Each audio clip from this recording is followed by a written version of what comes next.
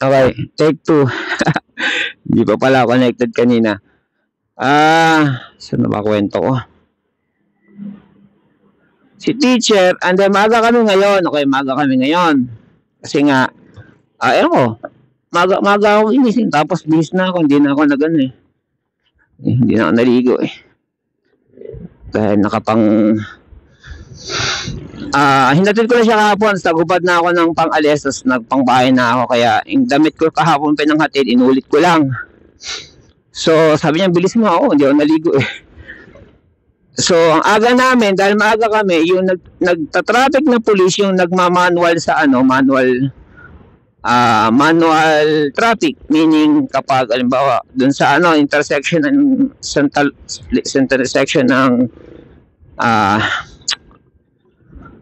inuulit ko kasi akala ko kanina na-connected yung mic eh. Yung stoplight dyan sa Masinag yan. Stoplight sa Masinag, okay? May police dyan madalas. Pag kami, papasok kasi kagaya kapon, 5:30 na kami umalis. So may police dyan. Ibig sabihin, stop pa kami dahil bakante yung Marcos Highway at kami ay naiipon na yung going to Marikina, yung sumulong. Going to Marikina and pakaliwa sa Marcos Highway, pinapago niya kami. Okay? So, same din nangyari kanina. Puno kami, mahaba-haba kaming pakaliwa at padiretso.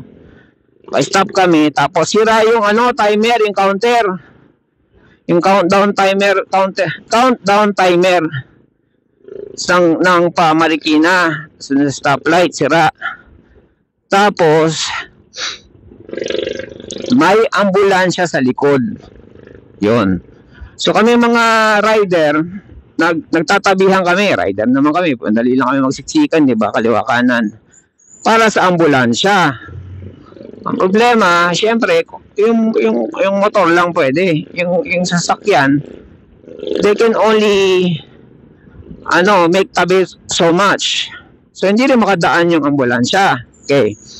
Ngayon, nung naipon na yung mga naka-rider, naka-motor, bumusina yung jeep. Alam mo yung mga jeep ni driver, yung patok.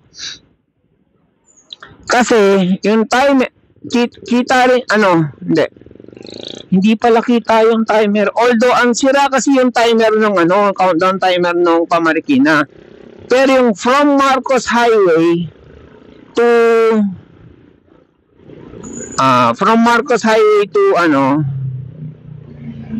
diretso Marcos Highway. Diretso Marcos Highway dun sa Masinag.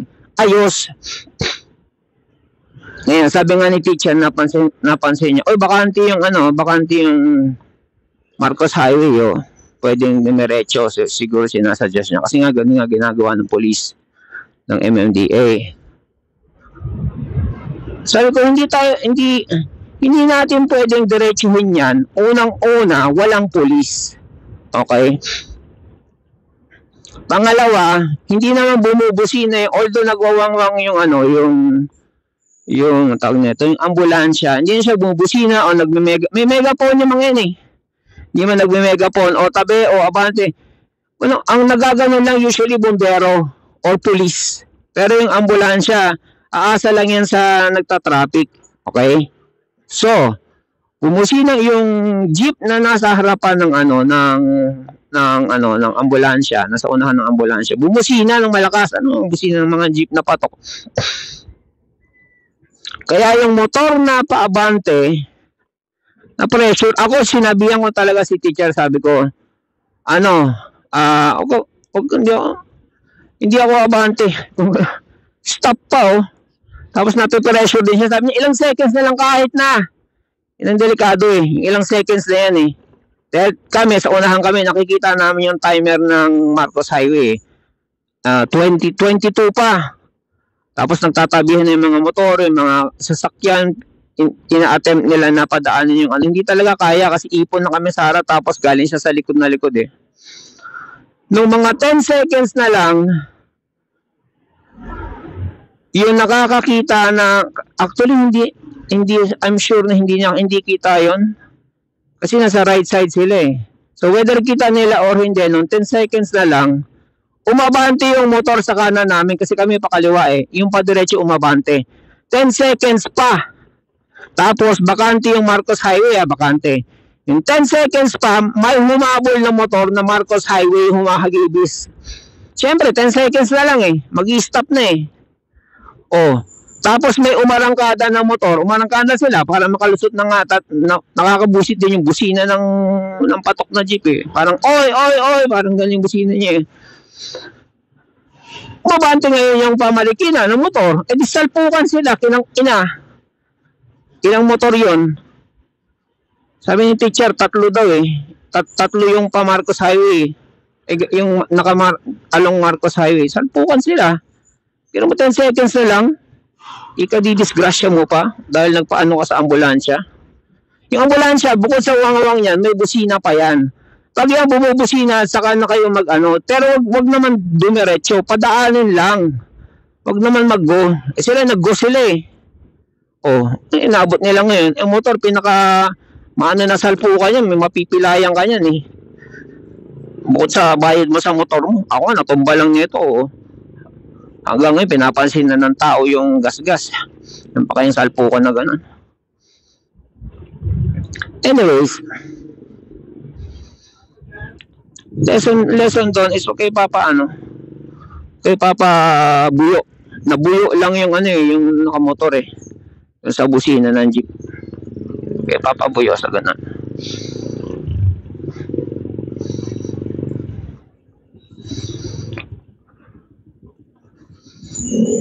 If you know what is right,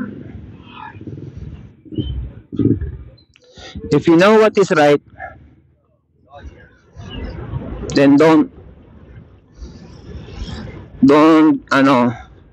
succumb. Huwag kang papadala. SUCCUMB, don't succumb or succumb to the pressure of foolish pressure. Siyempre, jeep yan. Gusto niya umabante. May ambulansya o wala. May marami dyan umaabante. Diba? Porque bakante, porque walang pulis, porque daling araw, marami dyan. May dahilan pa. Tapos may nakaharang ng motor sa kanya. Na ano naman yan. Teka. Tahimik muna tayo. Highway tayo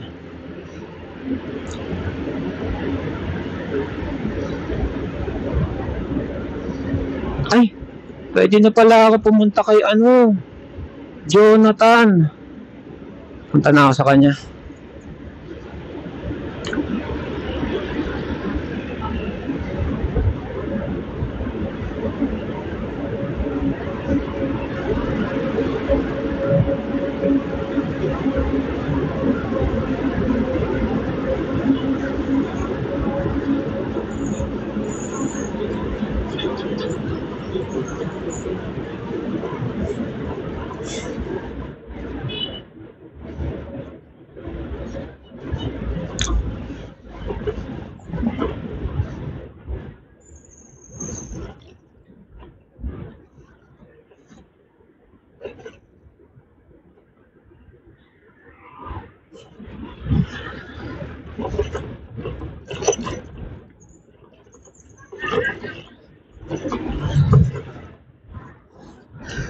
Putang ina, hindi ko pala suot yung reflector ko. Fuck.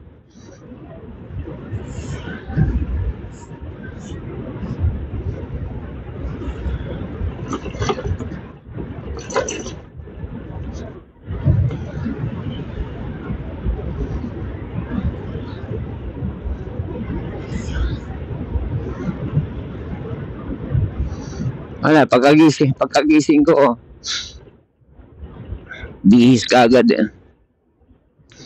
Bisa yung gising ni teacher ganun. Gising na! Hati mo ako! Ay! Pag naligo pa ako, naliligo ka pa! Tumae pa ako, huwag ka na tumae! Para may iwasan, nagis na ako.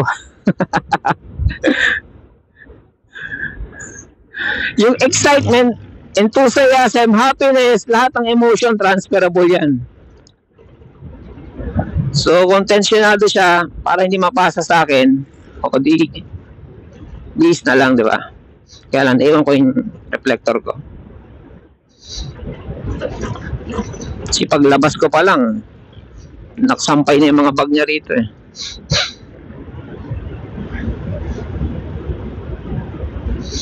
Minsan tumambay ako sa ano, yung anak namin, yung panganay, maliit pa, kinagat ng lamok, nilagnat. Nung chinek up, dami mga check-up, ganun.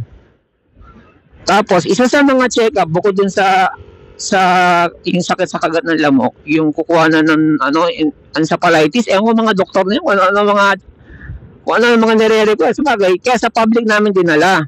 Sa public, kukuha na daw ng ano, marrow sa buto, sa likod. Matagal pala yun kasi inano siya kinuha siya, hindi ako kasama, o kukuha na namin siya ng marrow, gano'n. So nagantay pa rin ako kung saan niya kinuha sa akin, sa emergency room. Doon ako nagantay. Siyempre, tatabi-tabi na lang ako sa mga emergency na dinadala ko. Pukin ng ina. Kung ako natutrauma sa napapanood ko sa dati kasi yung YouTube na yan, nung bagong bukas yan, yung YouTube na yan, hindi pa masyadong nare-regulate yan. Yan dami mga nakakalusot dyan ng mga disgrasya, aksidente. Plus, dun sa pinagtrabuhan ko sa call center, yung ano namin, tech support kami. Wala rin kaming ewan ko lang yung porn na. Ano ba? Wala kaming bawal na website kasi research kami. So yung kami nagpapasahan kami ng mga website. Isa sa mga website pinagpapasahan namin yung rotten.com. Ay, putek, ba't ko binanggit? Pero anyways, ewan ko kung buhay pa yun, makawala na. Basta yun, rotten.com, yan. Yun, doon ka nakakita ng mga mga na-disgrasya sa Harley, yung hindi siya naka-full face, tanggal yung panga, buhay pa, putek.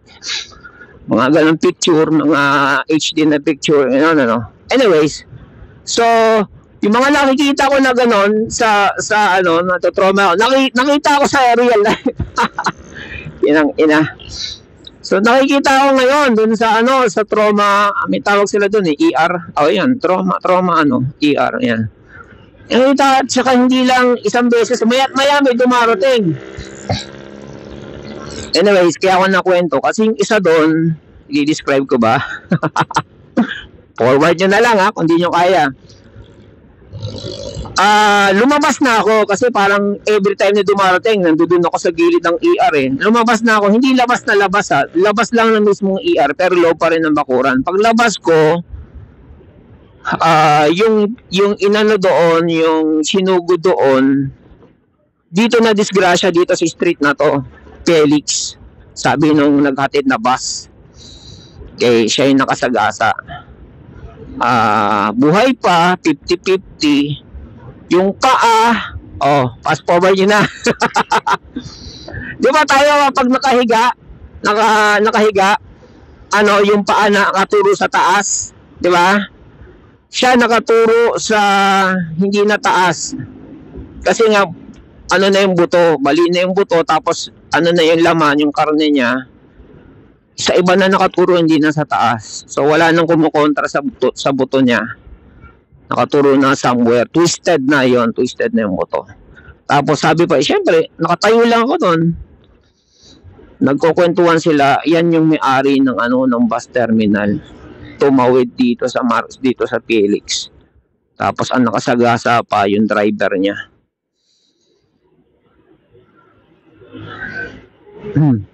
Ganon.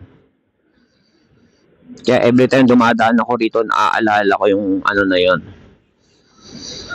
Eksena na yun. Kasi pinipili siyang buhayin Siyempre, pag may pera ka, bubuhayin ka talaga, diba?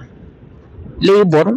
Bakit labor? Wala pang coronel noon, wala pang yung mga hospital dito. Ewan ko lang Santo Niño, pero dun dinala sa labor Galing dito. Yun. Nilit siyang buhayin, nalalagay siyang oxygen lahat.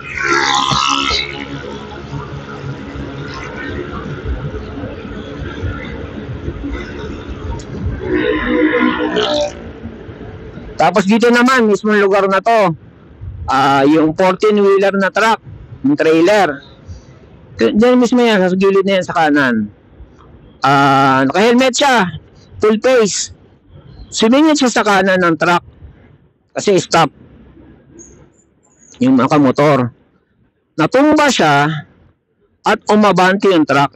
Mabagal, pag traffic dito, mabagal Natumba siya, umabante. Shit, kakaliwa dito. Ayaw maalala ko, hindi na ako nag-map. Natumba siya, umabante ng konti lang naman. Nagulungan siya yung ulo niya. Okay, so naka-helmet siya, di ba? Full face. Ang in-expect ko nung nakita, mag-pass forward na nga kayo. Yung mga mahinasik mura dyan. Okay. Ang in-expect ko ganito. Siyempre, yung mga pinapanood ko, mga gory, di ba? In-expect ko, pisak yung taho, di ba? In-expect ko. Hindi. Nagulungan siya ng siguro lang kahit mabigat yung truck. Wala naman, alam niyo yung galing pier, container van, ganon.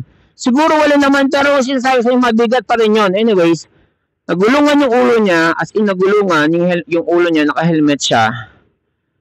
Tapos makita mo, out of shape ng helmet, for some reason, nahila niya yung ulo niya. Nahila niya sarili niya. At tumayo siya at tumabi siya dun sa bangketa. Yun nga sa bangketa kanina. Ngayon, nung umupo siya, pag tininan mo yung ulo niya, out of shape na rin. May mali pa siya, pero kita mo na shock na siya, ganyan. May mali pa siya eh. Anyways, yung mga trauma na mga video na nasa YouTube pa dati. Ngayon, lahat sa YouTube, regulated na.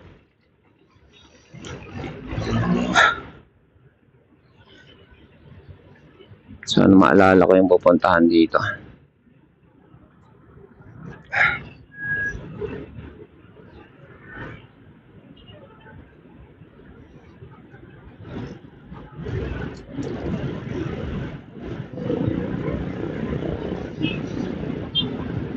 And looking at his condition, I'm 100% sure hindi na magsusurvive yun. Out of shape yung skull niya.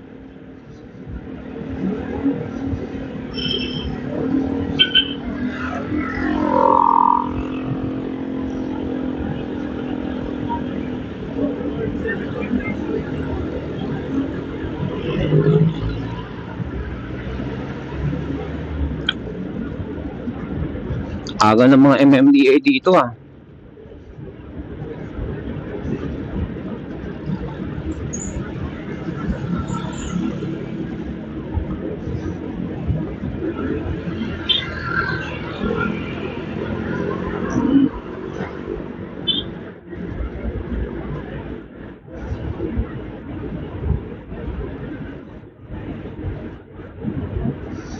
Kaya ako maingat mag-drive. Kasi yung mga ganyan nakikita ko,